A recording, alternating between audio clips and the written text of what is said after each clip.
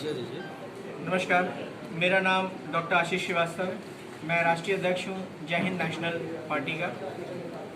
Sir, ये party जो है कब बनाई थी आपने? इसका निर्माण? इस पार्टी की नींव रखी गई है 2018 में। 2019 में इसका हमने आवेदन कर दिया इलेक्शन कमीशन ऑफ इंडिया नई दिल्ली में। 2020 में उन्होंने हमारे आवेदन को स्वीकार किया। जय हिंद नेशनल पार्टी को राष्ट्रीय स्तर के पार्टी बनाने के लिए हमें मौका दिया और 2021 में हम आपके समक्ष मौजूद हैं। सर, क्या 2022 में जो इलेक्शंस है उसमें आप जो है सभी सीटों पे लड़ने के लिए तैयार हैं? बिल्कुल, 2022 में हम सभी सीटों पे चुनाव लड़ेंगे और अच्छे उम्मीदवारों का चयन करके उनको मैदान में उतारेंगे और पूरी कोशिश होगी कि एक दमखम के साथ, एक बुलंद आवाज के साथ, एक शिक्षित समाज के साथ प्रदेश की राजनीति को बदलने की और सुधारने की कोशिश करेंगे। सूची आपने बना ली क्या? जी, इसकी सूची आपने बना ली है? 3 महीने बचे हैं। 3 महीने बचे भाई साहब, अभी 5 महीने बचे हैं। फरवरी में चुनाव, दिसंबर में घोषित हो जाएगा। 5 महीने बचे हैं, दिसंबर तक हमारी भी सूची घोषित होगी। वही पूछा। जी जी। तो सर, आपके जो है लड़ने के लिए जो आप तैयार हैं, तो उसके विषय में जो है ये आपको जो जैसे कि जो है बेरोजगारी या अन्य चीज़ों को लेकर के नहीं व्यक्ति उतरता है, तो आपकी जो उसमें जो क्या है? देखिए भाई साहब, मैं आपको ईमानदारी से बताऊं, पिछले 70 वर्षों में, जैसा कि हमारे प्रदेश अध्यक्ष जी ने कहा, पिछले 70 वर्षों में जो पहला चुनाव था उत्तर प्रदेश का और जो अभी का चुनाव है, वही पुराने घिसे पिटे मुद्दे चले आ रहे हैं और वो मजबूरी है कि चलाना ही है। जो आज भी जो पहले चुनाव होते थे कि हम गरीबी हटा देंगे, लोगों को अच्छी चिकित्सा व्यवस्था देंगे, लोगों को अच्छी स्वास्थ्य व्यवस्था देंगे, लोगों को रोजगार देंगे, आज भी वो सारे मुद्दे जीवित हैं। मुझे लगता है जो पुरानी पार्टियां हैं या बड़ी पार्टियां हैं, इन मुद्दों को शायद कभी जीवन अंतराल नहीं खत्म करने देना चाहती है। मेरी पार्टी, हम लोग अगर आते हैं सत्ता में, हम इन सारे बिंदुओं पे काम करेंगे, क्योंकि हमारे भी चुनावी मुद्दे होंगे ना, क्योंकि हमें रोजगार देना है लोगों को, हमें लोगों को शिक्षित करना है, हमें लोगों को अच्छी जिंदगी देनी है, चिकित्सा व्यवस्था उत्तम करनी है, कानून व्यवस्था पे काम करना है।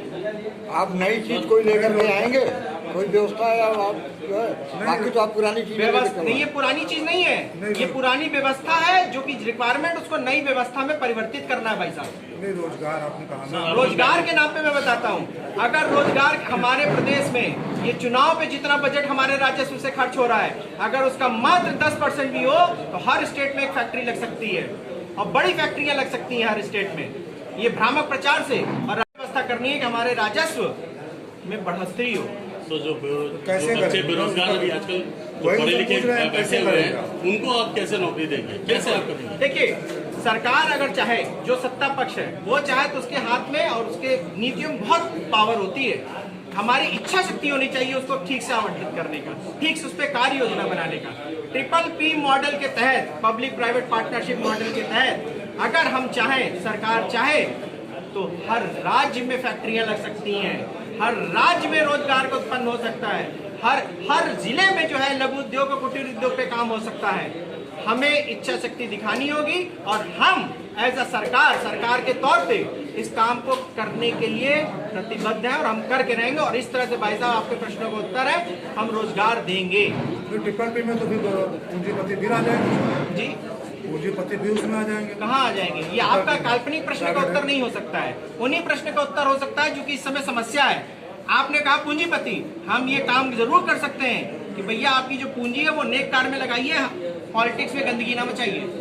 पॉलिटिक्स में, राजनीति में इस समय जो गंदगी है, राजनीति में जिस तरह की इस समय ध्रुवीकरण है, राजनीति को जिस तरह से व्यवसाय बना दिया गया है, अब समय आ गया इसको खत्म करने का। आपने पार्टी बनाई, पार्टी बनाने का उद्देश्य क्या है और एजेंडा मुख्य क्या है, जिससे जनता आप जिंदगी, आकर्षित हो?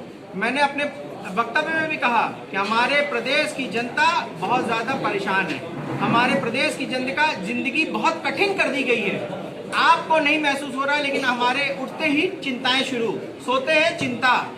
हमारी जिंदगी में सरलता की आवश्यकता है और हमारी जय हिंद नेशनल पार्टी अगर आती है, सबसे पहले यही काम करना है कि सरलता कैसी दी जाए। मैं आपको छोटा सा उदाहरण बताता हूँ। क्या जरूरी है कि किसानों का लोन माफ किया जाए?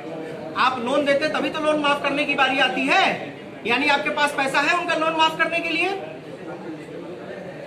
तो हम क्यों नहीं ऐसा व्यवस्था बनाए भाई साहब कि वो जो आत्महत्या कर रहे हैं, जो इतनी चिंताओं में दिन रात सोते हैं, जिससे कि उनको कर्ज ही ना लेना पड़े। और ये काम वो कर पाएगा जिसके मन में लोभ लालच नहीं होगा और जिसको ये नहीं होगा हमें इसको अपने ऊपर निर्भर बनाना है। बाकी सरकारें किसान हो, पढ़े लिखे समाज हो, युवा हो, उन सबको अपने ऊपर निर्भर बनाने का काम कर रही है। तो आपकी पार्टी किसी से मिले कभी आप? बिल्कुल नहीं भाई साहब, बिल्कुल नहीं भाई साहब। अलग ही आप लड़के पहले फंड ला के देंगे ना बिल्कुल किसानों को फंड ला के देंगे। फंड है, ला के देना नहीं है, फंड है भाई। देखिए 3 बुआई होती है साल भर में, कितना खर्च होता है? पर एकड़ 25,000 रुपए का खर्च होता है मात्र।